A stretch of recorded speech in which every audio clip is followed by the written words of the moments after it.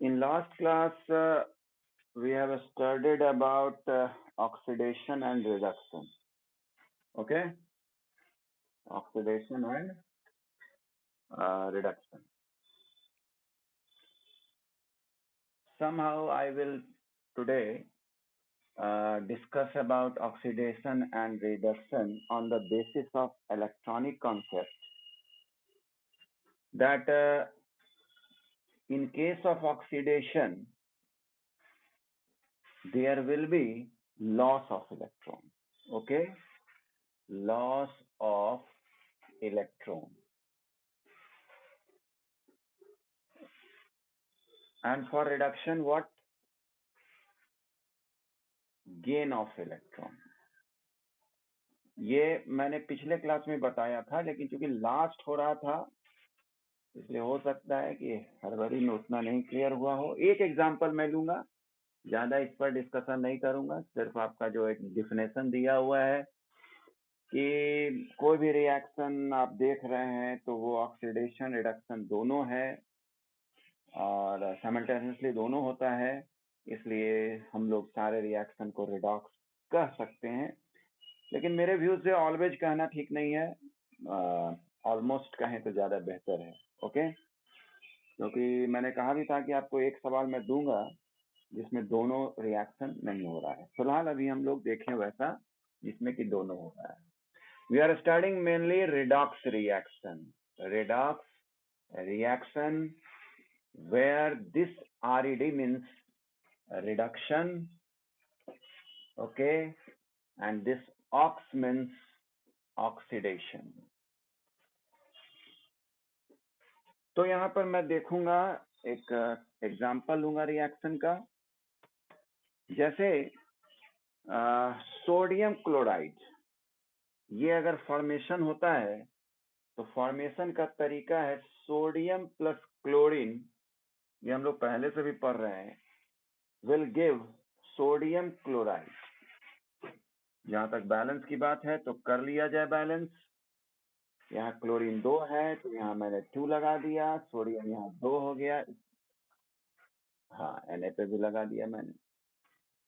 अब बात उठती है कि मैं यहाँ ऑक्सीडेशन और reduction with respect to electronic concept बोलना चाह रहा हूँ। तो मैं यहाँ क्या जानता हूँ कि सोडियम, यहाँ जो अपना वो एटॉमिक नंबर है उसका 11, वो तो ये फुलफिल किए हुए है, 281 है ना, 11 है तो 281 है। लेकिन इस सोडियम क्लोराइड में तो वो आयन बनकर आया है ना, आयन बनकर आया है, यानी ये जरूर यहाँ पर Na प्लस हो गया होगा, ये सब पहले से भी जानते हैं, और Cl जो है वो माइनस हो गया होगा, तभी ना वो जुटा दोनों से, है ना। तो अब यहाँ पर मैं कह सकता हूं ना कि सोडियम यहाँ पर एटम से आयन बन गया, उस एटम से भी आयन बना, तो कौन सा आयन बना? कटायन बना, पॉजिटिव चार्ज। और पॉजिटिव कब होता है? कोई एटम जब आयन बनता है तो पॉजिटिव कब होता है? जब लॉस ऑफ इलेक्ट्रॉन होता है। ओके, लॉस ऑफ इलेक्ट्रॉन, ठीक। और वही यहाँ पर क्लोरीन को देखा जाए तो क्लोरीन एटम से आयन बना, उसमें भी कौन सा आयन बना? एनायन बना, है ना। ये मैं यहाँ पर नहीं दिखा रहा हूँ कि 2 प्लस और क्या, क्योंकि यहाँ 2 लिखा हुआ है, इट मीन्स 2 प्लस है, और यहाँ 2 के कारण ये 2 माइनस है ना। तो स्वाभाविक है कि ये एक क्लोरीन अगर एक इलेक्ट्रॉन लेता है तो 2 क्लोरीन 2 इलेक्ट्रॉन लेगा। ओके, तो वो इलेक्ट्रॉनिक हिसाब से भी बैलेंस है। यहाँ पर सोडियम है तो ये 2 सोडियम है तो 2 इलेक्ट्रॉन लॉस करेगा, इसीलिए 2 प्लस है। ओके, तो here chlorine is doing what? Gaining electron और लूजिंग इलेक्ट्रॉन? बोलिए, गेन, हाँ, गेनिंग इलेक्ट्रॉन। ओके, और मैंने आपको क्या बताया था? एक एक्रोनिम बताया था ना, while लिखा था कि oxidation is loss of electron, और एक बोला था reduction is gain of electron. तो यहाँ पर लॉस ऑफ इलेक्ट्रॉन हो रहा है, इट मीन्स कि सोडियम का सोडियम आयन बनना is oxidation, okay, and chlorine का क्लोरीन आयन नेगेटिव बनना दिस इज रिडक्शन। और मैंने आपको एक शॉर्ट अप्रोच बताया था रिड्यूसिंग एजेंट और ऑक्सीडाइजिंग एजेंट को कंफर्म करने के लिए। जैसे oxidation in respect of oxygen अगर बोलना होगा तो हम बोलेंगे कि जो ऑक्सीजन दे दैट इज ऑक्सीडाइजिंग एजेंट, और जो ऑक्सीजन ले that is reducing agent. Hydrogen में इसको उल्टा बोलेंगे, जैसे उसमें बोलेंगे हम ऑक्सीजन में बोले कि जो ऑक्सीजन दे दैट इज ऑक्सीडेशन, तो हाइड्रोजन में बोलेंगे ले। और सबसे अच्छा तरीका मैंने बताया आपको कि जहां आप ऑक्सीडेशन देख रहे हैं वहां उल्टा लिख दीजिए, RA लिख दीजिए, और जहां पर आप देख रहे हैं रिडक्शन वहां लिख दीजिए OA। हो गया, इसका मतलब ये रिड्यूसिंग एजेंट है सोडियम, ठीक, और क्लोरीन क्या हो गया, ऑक्सीडाइजिंग एजेंट। तो यहाँ इलेक्ट्रॉन के हिसाब से ऑक्सीडाइजिंग एजेंट या रिड्यूसिंग एजेंट किसको कहेंगे, तो याद रखिएगा रिड्यूसिंग एजेंट हम लोग उसको कहते हैं जो स्पेसिस इलेक्ट्रॉन लूज कर रहा है, ओके। इलेक्ट्रॉन लूजिंग स्पेसिस को हम लोग कहेंगे रिड्यूसिंग एजेंट।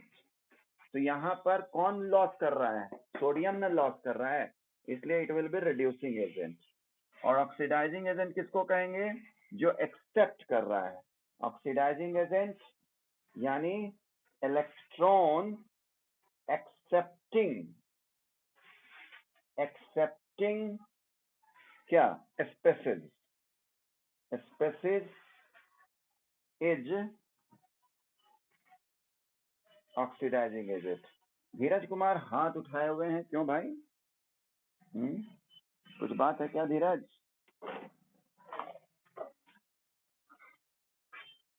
बैलेंस का मैं एक अलग से टॉपिक ले लूंगा भाई। अभी तो ये साधारण बैलेंसिंग है कि क्लोरीन यहाँ 2 था और यहाँ 1 था, इसलिए मैंने यहाँ 2 से मल्टीप्लाई कर लिया ताकि 2 क्लोरीन हो जाए। लेकिन बदले में क्या हो गया, सोडियम भी 2 हो गया। तो यहाँ सोडियम शुरू में कितना था, 1 था, तो मैंने यहाँ 2 से मल्टीप्लाई कर। ये सिंपल बैलेंसिंग है। मैं एक अलग से क्लास लूंगा बैलेंसिंग केमिकल इक्वेशन का, ओके। और हाँ, एक अलग से स्पेशल क्लास लूंगा, और होगा तो एक ऑक्सीडेशन रिडक्शन का एडवांस क्लास लूंगा, ठीक है। ये दोनों टॉपिक का एडवांस क्लास लूंगा जब मैं देखूंगा कि मेरा चैप्टर आगे ठीक से बढ़ रहा है, तो बीच में कहीं ब्रेक लेकर वो स्टडी करा दूंगा। हाँ, तो आज का हमारा जो टॉपिक है वो मैंने लिख कर क्या भेजा है आप लोग को, बता सकते हैं कोई?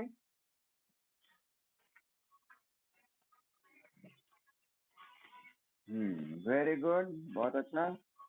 कि आज हम लोग पढ़ेंगे effect of oxidation and reduction in our daily life, everyday life कहा जाए, ठीक है।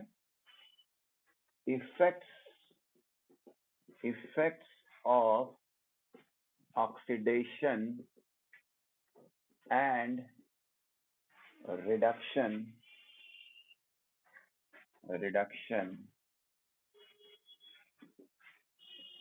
इन एवरीडे लाइफ, हमारे दैनिक जीवन में, है ना, कहाँ कहाँ इफेक्ट है ऑक्सीडेशन का और रिडक्शन का। तो सबसे पहला तो मैं बताऊंगा कि अभी कोरोना काल में लंबी सांस लेने पे बहुत जोर चल पड़ा है ना। तो लंबी सांस लेने के पीछे मकसद क्या है, पहला तो आप जानते ही हैं कि इस प्रोसेस को हम लोग कहते हैं रेस्पिरेशन, ओके। रेस्पिरेशन क्या लेते हैं आप जब रेस्पायर करते हैं, आर थोड़ा खिसक गया ना बच्चा, अब आर सट गया नहीं, अभी भी नहीं सटा है, तो मैं इसको यहाँ लिख देता हूँ, रेस्पिरेशन, ठीक। तो रेस्पायर जो हम लोग करते हैं तो क्या लेते हैं, ऑक्सीजन लेते हैं। ओके, क्या पीछे मकसद है कि जो हम लोग खाते हैं खाना, तो एक्चुअली उसमें से जो मेन एक्सट्रैक्ट हुआ, जो डाइजेशन होता है आप हमारे फूड का, सिंपलर सब्सटेंसेस, जैसे हम लोग ठीक है फैट खाए, रोटी खाए, तो ऐसा थोड़ा है कि रोटी पच गया और उसमें ऑक्सीजन लिया रोटी से काम होने लगा, ऐसा बात नहीं होता है। वो डाइजेशन में होता है कि उसको सिंपलर सब्सटेंस में डाइजेस्ट कर किया जाता है। उसमें एक मैं बात कर रहा हूँ, दैट इज ग्लूकोज। ये आपको टेस्ट में क्वेश्चन भी आया था, C6H12O6। ओके, ये आपका ग्लूकोज हुआ, ग्लूकोज। तो ठीक है, ये सॉलिड स्टेट में ही होगा। और आप सांस लेते हैं तो ऑक्सीजन लिए, तो क्या आप छोड़ते हैं, नाक से क्या निकलता है आपका, ग्लूकोज। मैंने बताया ना कि आप जो खाना खाते हैं, तो एक चैप्टर पढ़े होंगे आप बायो में, न्यूट्रिशन, उसमें आप पढ़िए कि स्टोमक में जब आपका फूड जाता है तो वहां पेप्सिन नामक एंजाइम होता है, ठीक है, और HCl सेक्रेट होता है, ठीक। और ये पेप्सिन क्या होता है, वो हमारे फूड को सिंपलर सब्सटेंसेज में तोड़ देता है, यानी वैसे सिंपलर सब्सटेंसेज में तोड़ दे जिससे बड़ा इजी वे में ऑक्सीजन कंबाइन करके एनर्जी दे आपको। आप सोचिए कि, इसलिए आप सोचिए, जरा सा ध्यान दो कि अगर कोई एथलीट समझते होगे जो दौड़ रहा है, ये सब टाइप का गेम, तो आप देखते हैं कि बीच बीच में उसको ग्लूकोज लोग देता है ना। क्यों देता है, क्योंकि ग्लूकोज में आप पढ़िएगा लिखा रहता है इंस्टेंट एनर्जी, यानी जिस समय आप दे रहे हैं उसी समय उसको एनर्जी मिलना शुरू हो जाता है लगभग में। आप देखे हैं कि कोई एथलीट दौड़ रहा है तो उसको बीच बीच में कोई रोटी खिला रहा है, रोटी खिलाएगा तो बेचारा दौड़ उड़ के आ जाएगा, तब पचेगा, तब जाके एनर्जी प्रोवाइड करेगा। लेकिन वही ग्लूकोज तुरंत प्रोवाइड करेगा, तो क्योंकि वो सिंपलर सब्सटेंस है, उससे ऑक्सीजन इजी वे में कंबाइन करके एनर्जी देगा, है ना।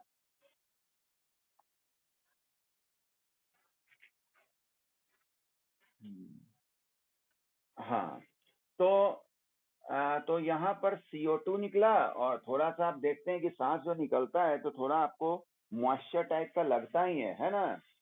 ये सब ठंड के दिनों में पता चलता है। H2O प्लस एनर्जी, हो सकता है आप लोग बायो में पढ़ते होंगे तो ATP लिखा रहता है, ATP। नहीं, एड्रिनल नहीं, एडिनोसाइन ट्राइफॉस्फेट। जब आप रेस्पायर करते हैं तो 38 ATP निकलता है एनर्जी। ATP आप पढ़े होंगे, करेंसी ऑफ एनर्जी शायद कहा जाता है, बायो में लिखा होगा, है ना, कुछ कहा जाता है।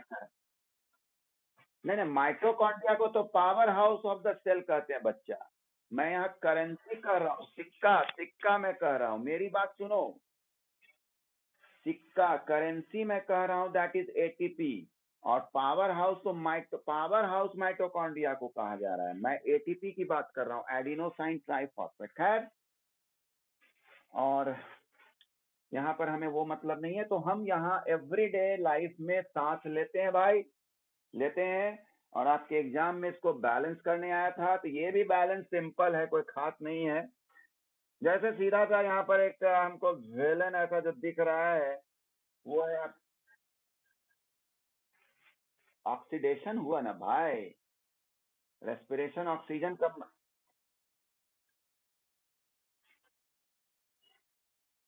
हाँ, तो ऑक्सीडेशन लिख देते हैं, ठीक है। तो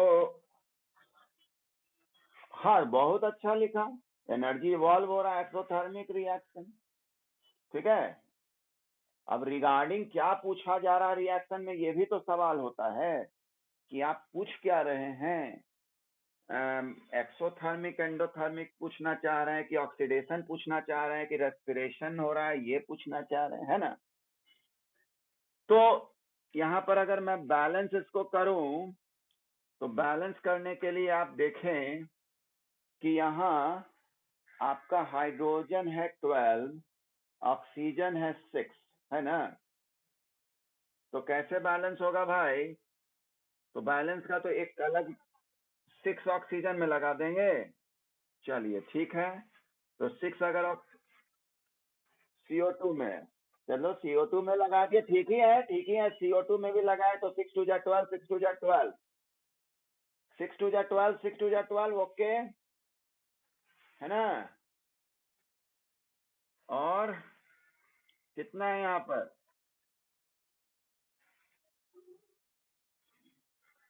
H2O में लगाएंगे तो 6 ऑक्सीजन हुआ ना जी। 6 दूनी 12, 12 6 18 हो गया। तो यहाँ कैसे नहीं लगाएंगे? 6 दूनी 12, 6 18, ठीक है, ठीक है बाबू, ठीक है, आप चेक कीजिए। हाँ, तो ये हमारा एवरीडे लाइफ है। एवरीडे क्या? एवरी मोमेंट है, एवरी मोमेंट। कौन सा ऐसा क्षण होगा कि सांस नहीं लेते होंगे हम लोग, है ना। नेक्स्ट एवरीडे लाइफ में हम आए तो भाई खाना वाना पकाना होता ही है हम लोग के घर में, है ना। तो आप पढ़े भी होंगे शायद क्लास 8 वगैरह में भी, और या पढ़िएगा भी, सोर्सेज ऑफ एनर्जी है। एक नेचुरल गैस होता है, शायद आप लोगों को मालूम ही होगा नेचुरल गैस। नेचुरल गैस का मेजर कंस्टिट्यूएंट क्या है भाई? नेचुरल गैस में मेजर कंस्टिट्यूएंट क्या है? ये सब इंपॉर्टेंट चीज है भाई। Major constituent, very good, methane. Methane, methane का फॉर्मूला क्लियर किया जाएगा बाद में, जब कार्बन कंपाउंड पढ़ाई होगी उस समय। ये मीथेन का फॉर्मूला है, ओके। अब जब आप इससे खाना पका रहे हैं या आजकल CNG का यूज किया जा रहा है गाड़ी ऑटोमोबाइल्स वगैरह चलाने में, तो CNG जो यूज किया जा रहा है तो तय है कि वहां कंबसन हो रहा है, ओके, कंबसन। और आप जान ले कि कंबसन मीन्स ही हुआ कॉम्बिनेशन ऑफ ऑक्सीजन, यानी मीथेन जरूर ऑक्सीजन से कंबाइन कर रहा है और वो CO2 H2O बना रहा है। आप ये जान लीजिए कि जब आप कार्बन कंपाउंड पढ़िएगा तो आप पाइएगा कि जो भी ऑर्गेनिक कंपाउंड यदि ऑक्सीजन से कंबाइन करेगा तो आपका ये दो प्रोडक्ट जरूर रहेगा, है ना। जैसे देखिए यहाँ भी है ना, CO2 H2O, यहाँ भी है CO2 H2O। ठीक उसी तरह से अगर अभी तो मान लिया नेचुरल गैस का इस्तेमाल ऑटोमोबाइल्स वगैरह में हो रहा है, तो वहां भी हमारा लाइफ में ये यूज हुआ ऑक्सीडेशन, है ना। फिर अगर हम आते हैं कि अपने घर में हम क्या इस्तेमाल करते हैं भाई, that is LPG, liquefied petroleum gas. और LPG में जो मेजर कंस्टिट्यूएंट होता है वो आप लोग भी बता सकते हैं शायद, that is what? Butane. Very good Sameer, butane. और ब्यूटेन का फॉर्मूला कैसे लाते हैं ये हम लोग कार्बन कंपाउंड पढ़ेंगे तब जानेंगे। मीथेन, इथेन, प्रोपेन, है ना, ये सब बताया जाता है। तो ब्यूटेन का फॉर्मूला बता सकते हो कोई बच्चा? मीथेन इथ 2 और हाँ C4H8 नहीं होगा बच्चा, 10 होगा। एन है, ये बाद में राज पता चलेगा कि एन के कारण फॉर्मूला यूज होता है जिस तहत यहाँ 10 लिखाया। अभी मैं इस पर चर्चा नहीं कर रहा हूं क्योंकि डाइवर्ट हो जाएगा टॉपिक। तो C4H10 में जब ऑक्सीजन कंबाइन करेगा तो ये CO2 प्लस H2O, और एनर्जी तो देना ही देना है, तभी तो खाना पकेगा, तभी तो मैगी पकेगा, है ना जी। तब तो यहाँ पर अभी एवरीडे लाइफ में मैं दो चीज आपको दिखाया, that is respiration and combustion. दोनों तो हमारा अच्छा चीज ही है ना, दोनों तो अच्छा ही चीज हुआ। एक से सांस लिए और एक से खाना पकाए, है ना। ठीक है, तो कुछ हम लोग इसका हार्मफुल इफेक्ट भी देख लें भाई। तो यहीं पर हम कह सकते हैं कि ये भी तो एक हार्मफुल इफेक्ट होगा ना भाई, कि जलना ठीक है, जब तक कंट्रोल वे में जला तब तो ठीक है, लेकिन अनकंट्रोल वे में जला तो आग लगा ना। है ना। कहीं भी जल रहा है तो वहां क्या है, ऑक्सीडेशन ही कंबाइन हो रहा है। इसीलिए ना जैसा कहा जाता है, ये आप भी स्टडी कर लीजिएगा कि जो ऑक्सीजन हम लोग रेस्पायर करते हैं, तो ये तो ठीक है कि ऑक्सीडेशन प्रोसेस हुआ और आप देख रहे हैं कि एनर्जी बहुत ज्यादा है, लेकिन साथ साथ शायद थोड़ा बहुत नाइट्रोजन भी जाता है हमारे ये रेस्पायर करने के दरमियान। Now we will study about the harmful effect. What are the harmful effect? तो वो हार्मफुल इफेक्ट हम देखें तो सबसे पहला नाम आता है हार्मफुल इफेक्ट। चलिए, हार्मफुल इफेक्ट, उसमें पहला नाम हमारा आता है दैट इज कॉरोजन। ठीक है, कॉरोजन। कॉरोजन में ये आपको ध्यान रखना है कि डेफिनेशन एक लिखा रहता है कॉरोजन। इसमें डेफिनेशन आप ये लिखिएगा कि the process in which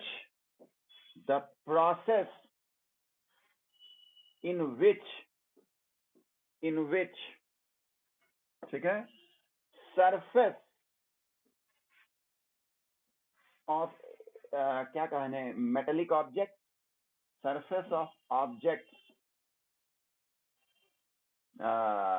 are degraded by atmospheric agent। ये मुझे ज्यादा ठीक लगता है देखने, क्योंकि ज्यादा मैंने बुक में देखा है डिग्रेडेड के जगह लिख देता है ईटेन अप, और यहाँ पर मुझे इंग्लिश का बड़ा अच्छा लगता है कि ये जो हम लोग सामान्य भाषा में बोलते हैं ना कि जंग लग गया अगर लोहा में, तो बोल देते हैं खा गया। हो सकता है आप लोग भी बोलते होंगे कि अरे तो पानी खा गया। अब हमको यहाँ पर ये बड़ा तारीफ का बात लगता है कि खा गया जो हम बोलते हैं, उसी का बुक में इंग्लिश डेफिनेशन लिखा हुआ ईटेन अप, ये थोड़ा मुझे अच्छा नहीं लगता है। उससे अच्छा डिग्रेड कहें, खराब हो गया, खराब होने का डिग्रेड बोल सकते हैं। तो this is right, degraded, the process in which surface of objects are degraded by atmospheric agent. वो एटमॉस्फेरिक एजेंट बहुत कुछ हो सकता है, कार्बन डाइऑक्साइड हो सकता है ना, ऑक्सीजन भी हो सकता है, मॉइस्चर भी हो सकता है ना जी, बहुत सी चीज है। ठीक, ये बात। तो उसमें से पहला मैं उदाहरण लूंगा, वो उदाहरण मैं लूंगा आपसे, आप शेयर करूंगा कि लोहा को आप देखिएगा कि बारिश के दिनों में ब्राउनिश ऐसा उसमें डिपोजिशन हो जाता है, ब्राउनिश। तो लोग को लगता है कि ये पानी ही खराब कर रहा है लोहा, लेकिन ऐसी बात नहीं। पानी और हवा दोनों है तो ही लोहा में जंग लगेगा। ठीक, इसका आप एक्सपेरिमेंट भी कर सकते हैं, लेकिन अभी आप ये रिएक्शन देखें कि क्या हुआ है कि लोहा है, उसमें एयर तो मिल ही रहा था, और बारिश का दिन आया तो हवा में मॉइस्चर तो ज्यादा रहेगा ही, स्वाभाविक बात है।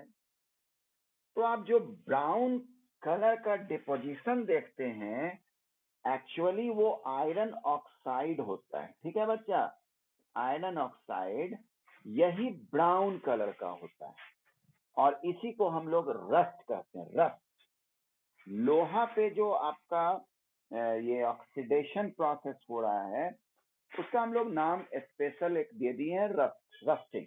ओके, तो ये तो मैंने एक वर्ड इक्वेशन के रूप में लिख दिया है। यहाँ अगर आप जानना चाहें तो होता क्या है कि आयरन, ऑक्सीजन, और ये यहाँ पर H2O का वेरिएबल मॉलिक्यूल के रूप में लिखा हुआ है, और ये बन गया आपका Fe2O3.XH2O। ठीक है, ये क्या हो गया, हाइड्रेटेड फेरिक ऑक्साइड, यही है रस्ट। ठीक, इन सब का बैलेंस का बात करना है तो अलग से जब टॉपिक पढ़ाई होगी तब बैलेंस करने का सीखेंगे। अभी मेन यहीं पे ध्यान दो। तो ये हो गया आपका कॉरोजन। और भी बहुत कुछ होता है भाई, जैसे आप अगर सिल्वर का ऑर्नामेंट खरीदे, ठीक है ऋषभ, कभी सिल्वर का कुछ खरीदे हो? हाँ, तो देखते होगे कि उस समय बहुत चमकता है नया में, है ना? और आप उसको जब बक्से में बंद करके रख देते हैं और 1-2 साल के बाद आप निकालते हैं तो देखते हैं कि ये तो काला पड़ गया। तो उसका काला पड़ने का कारण है कि सिल्वर से सल्फर कंबाइन कर जाता है और वो बना देता है silver sulphide, which is black in colour. Okay, ये भी एक क्या कहें रिएक्शन का हार्मफुल इफेक्ट हुआ। फिर आप ये भी देखते होंगे कॉपर का जो बर्तन है वो भी कुछ दिनों में थोड़ा उसका कलर जो है गड़बड़ हो जाता है। जैसे आप ये देखिएगा, आजकल थोड़ा लोग हेल्थ कॉन्शियस बहुत हो गए हैं, तो कॉपर के बर्तन में ही पानी वगैरह पीते हैं, है ना? हम देखें कि वाटर बॉटल वगैरह भी कॉपर का ही है। तो देखोगे कि जब खरीद के दुकान से लाओगे तो बड़ा अच्छा दिखता है, लेकिन कुछ ही दिनों के बाद फेंट करने लगता है। उसके पीछे कारण ये होता है कि एटमॉस्फेयर में present carbon dioxide plus moisture के कारण वो क्या कर लेता है, कॉपर कार्बोनेट बना लेता है। ठीक है, कॉपर कार्बोनेट, और ये आपका ब्लू ग्रीन कलर का होता है, वही फेड कर जाता है कलर। ठीक है, तो और भी है इसमें हम लोग देख सकते हैं, जैसे ताजमहल आप क्या देखते हैं, धीरे धीरे वो उसका रंग सड़प करने लगा। क्यों करने लगा? उसके पीछे कारण क्या है कि अभी भी बहुत सारा जो मूर्ति वगैरह बना हुआ है वो कैल्शियम कार्बोनेट से बना रहता है। Okay, calcium carbonate. और रेन वाटर जो बारिश होती है उसमें सल्फ्यूरिक एसिड प्रेजेंट होता है, नाइट्रिक एसिड भी प्रेजेंट होता है। आप एसिड रेन बोलते हैं ना, क्यों बोलते हैं? Due to presence of these acid. ठीक है, तो वही स्टैचू वगैरह पे जब एसिड रेन होता है तो उसके साथ H2SO4 भी गिरता है और वो बना लेता है CaSO4, ठीक है, प्लस CO2 और H2O। तो क्या होगा, उसका कॉरोजन हो जाएगा, डिग्रेडेड हो जाएगा। ठीक है, साथ में अगर मान लिया नाइट्रिक एसिड भी है तो वहां भी यही बात होगा, वो बना लेगा आपको calcium nitrate CnO3 plus CO2 plus H2O। Okay, ये चीज होता है। और मूर्ति में आप देखते हैं, आप काला काला धब्बा ऐसा भी देखिएगा, बहुत बार ऐसा होता है। उसके पीछे कारण होता है कि हाइड्रोजन सल्फाइड प्रेजेंट रहता है CH CO3 से, वो हाइड्रोजन सल्फाइड कंबाइन कर लेता है जो बना लेता है कैल्शियम सल्फाइड, जो कि ब्लैक कलर का हो जाता है, और H2O प्लस क्या हो गया, CO2। ओके, ये इसीलिए ताजमहल के खराब होने का कारण यही सब था कि जो वो इंडस्ट्रियल एरिया है उन सब से ये सब निकलता है प्रोडक्ट वगैरह, और वही एटमॉस्फेयर में मिल जाता है, एसिड रेन वगैरह, और इन सब कारण से वो कलर सड़क हो जाता है। ठीक है, तो ये सब हम लोग हार्मफुल इफेक्ट पढ़े। और इसको और भी है एक हमारा टॉपिक, दैट इज रेंसिडिटी, है ना? एक तो कॉरोजन जान गए और दूसरा हमारा है रेंसिडिटी। तो जरा हम लोग रेंसिडिटी को भी जाने।